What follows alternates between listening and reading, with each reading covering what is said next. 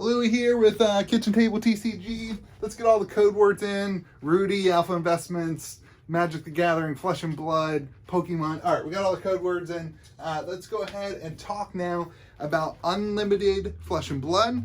This is the commons were already claimed by somebody. Unlimited Flesh and Blood. I want to talk about what does unlimited mean. This is going to be complete conjecture because obviously we don't have any data or any announcement from Legend Story Studios, but I know that it's been a hot subject and a lot of people talk about differences and what does this unlimited mean. So let's start off. We've got first edition, and then after first edition we had alpha and first edition for the first two sets. Then they came out with Crucible of War first edition, and then they came out with unlimited, right? And what they said, what the idea of unlimited is that they can make they have the right to reprint as much as they want. Is basically what the website says. So as opposed to first edition where they make one big print run of it and then once it's gone, it's gone.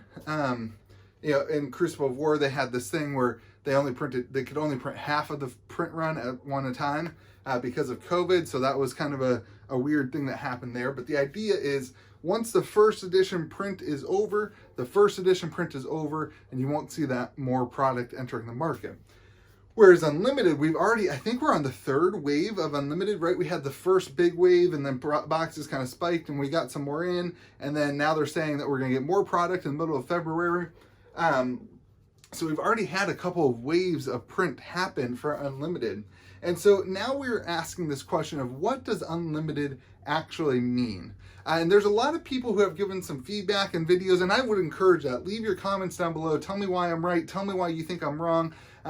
Again, nobody really knows. This is all conjecture, and really we're dealing with this word unlimited. But let's back up to where they got the word unlimited, right?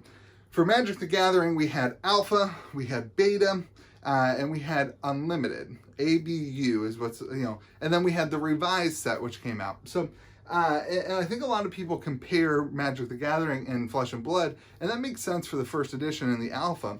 But I'm going to go ahead and say that kind of how they did it back in the days of Magic the Gathering doesn't really apply to how they're doing things now. When Magic the Gathering was created, it was this brand new thing. Nobody had ever really done it, right? And the growth of it was so rapid, and they changed a bunch of stuff or revised, and unlimited, everything changed, and there were white borders and there were black borders, and everything had to be changed because they wanted to keep the value, and nobody really knew what the heck they were doing. But now we have 25 years of experience from when Magic the Gathering had alpha and beta and unlimited to now where we have first edition and unlimited, or alpha and unlimited.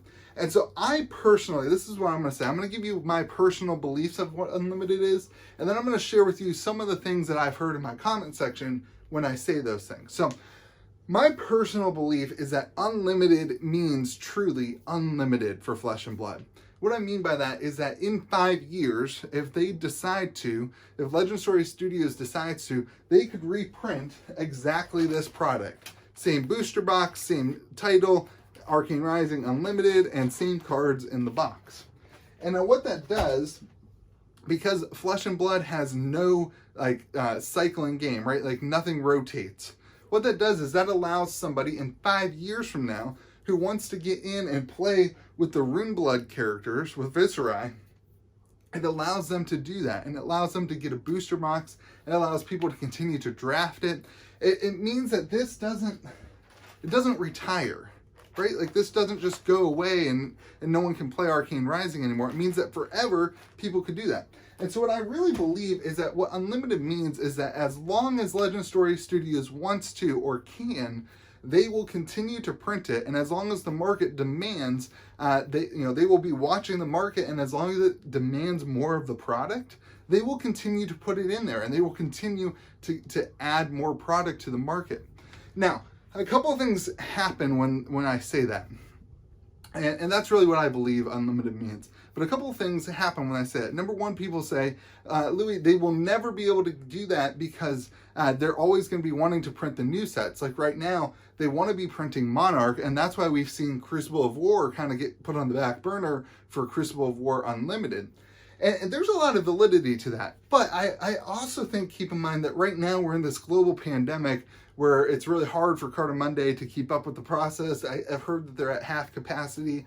And so right now, I don't think that that's really accurate. I think you got to think more long term from that. In 5 years, when Carta Monday is back at full swing, why not? Like, why wouldn't they be able to do a print run of 50,000 of these and take up the printer space for a couple weeks or whatever? I don't know how long it takes to print 50,000 of these, but I don't understand why they wouldn't do that in 5 years when the printer space is available. Or go to another printer and have them print the same thing, all right? Like, I don't know. And so I also think that people make the argument of what about the value of the cards, right? And so, like, let's use the eye, right? Like, the eye is worth $600 or $700 or whatever it is right now. What's going to happen when all of a sudden there's thousands and thousands of more of these because they've continued to reprint it for 5 years? And that's where I think that Legend Story Studios monitoring the price of not just the sealed box, but also the cards in the box will be really helpful, because they can kind of navigate. If all of a sudden in 3 years this box of Unlimited is going for $250, they might decide to reprint it and say, we want people to be able to get this box at $80, $90, $100. We don't want them to have to be able to pay $200, and then they put more in, and then the market drops down. And that's why I personally don't believe that unlimited cards and unlimited boxes are super investable, because that's my personal belief. If I were Legend Story Studios, that is how I would do it. Now, again, complete conjecture. Like, I'm not telling you not to do it. If you don't believe that to be the truth, then you should probably be buying unlimited boxes. You should probably be buying unlimited cards. Because if you don't believe that they would do that, then it makes sense that these prices right now are good investments. But the thing is, I really believe that Legend Story Studios wants people to forever be able to play the game. I don't think that James White put all the time into Welcome to Wraith and all the time into Arcane Rising and all this time into Crucible of War, and they've created this game that doesn't rotate so that they can not have people playing those cards in 5 years, so that they can not have people who are new players who want to play those cards to have the availability to play those cards in 5 years. So my personal belief is that they are going to allow first edition to be what collectors should focus on, who want to see their value grow over time, and that they want unlimited to be for players who don't want the value to be really sporadic. And I think they'll watch it and they'll make sure an Enlightened Strike, an unlimited Enlightened Strike doesn't dip down to $12, but instead they'll kind of set this market price in their minds of, okay, here's a card that's starting to dip down in the second. They've already said that they acknowledge the secondary market quite often. So I think if Enlightened Strike pops up to $200 and the rest of the cards are still sitting, what they could do is they could print Enlightened Strike in another set, right? And all of a sudden now they've suppressed the price of that one card back down to what their target is, whereas the rest of the boxes hasn't. So I just really think, in my personal opinion, that unlimited means truly unlimited. And so the kind of two biggest arguments I give for that is the printer issue.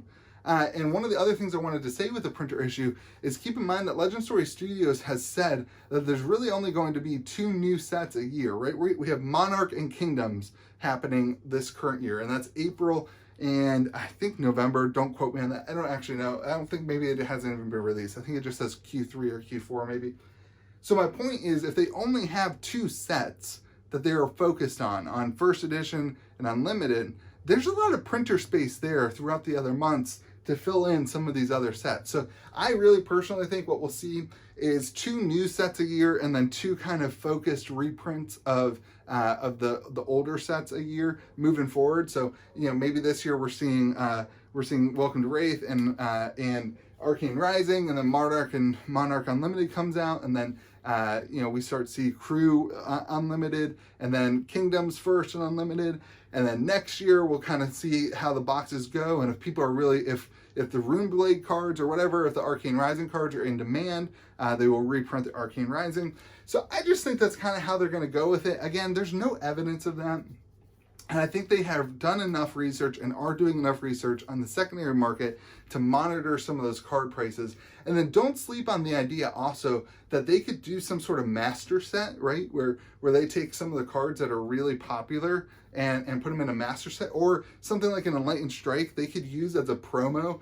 I'm just using that card as I don't know, as a card I need more of. So I'm using that card as an idea of like what's something that is increasing in value that if it got out of hand that they could suppress the value artificially. So they could do something like a buy a box promo or something like that. You get a Enlightened Strike, and that would help the price of individual cards be suppressed so that they don't get out of hand. You know, I think they could do stuff like that at a mass level so that the first edition still holds value because it's so limited, but the unlimited is able to be suppressed and to keep things in a value for players to be able to engage with the game and to play the game often. So those are kind of my 3 ideas of what unlimited really means. But keep in mind, again, that this is all just conjecture. I mean, they could go with the Magic the Gathering route, and I know there have been a few print issues in Unlimited. So it's something, you know, Magic the Gathering saw there were some print issues in Unlimited, so they went ahead and made Revise. And, you know, they grew, and Revise was a bigger, you know, was the same set but bigger. And they fixed some of those issues. So I think like the Eye of Ophidia, right? They could fix the eye and make a revised edition. They could also, though, right, like just fix the eye and put it back in the Unlimited edition. That would make the eye, you know, the error version a little bit more valuable, but they could also probably do that. So that's my own personal opinion. I'd love to know what you think. Like, I'd love to know, A, what you think they'll do, but B, what you want them to do.